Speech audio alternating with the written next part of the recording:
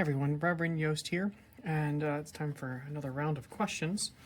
And so this time, we're going to start a series about how to have conversations with people who are in deep disagreement with us.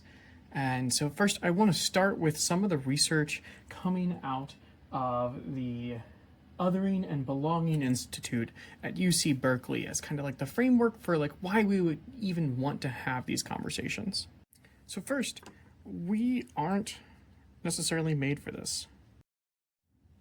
A lot of times when we engage in these conversations, we engage in ways that focus on our differences, are centered around arguments, and around false assumptions that we think that we're rational decision makers, that we have full agency, that we're separate individuals, that we're guided by truth and facts, and that it's our job to judge everything that is good or bad, and that our side is more empathetic than the other side. And we speak in these flattened identities that are counter to the way of Jesus and counter to the way that we see modeled in the Gospels. Instead, we have to understand that so much of our feelings are what is motivating the way that we act in the world.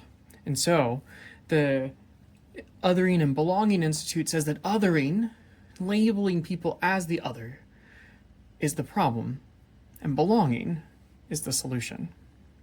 And so some of the ways that we foster belonging is that we abandon our us versus them mentality, the they're wrong, we're right way of communicating, but instead start to bridge through our differences instead of breaking down the way that we're different. And then from there, we can also establish targeted universalism, focusing on our universal goal as a people. What do we all care about? And then once we have a full universal goal, we can have targeted ways for different groups. Different groups require different solutions. And so this is an alternative to a zero-sum game. How can we help all people thrive?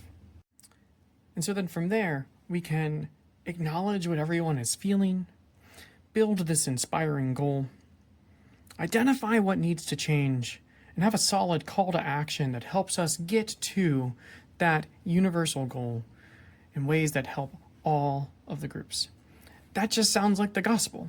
How are we helping each other so that all of us may live life abundantly? Thanks, and keep sending in your questions.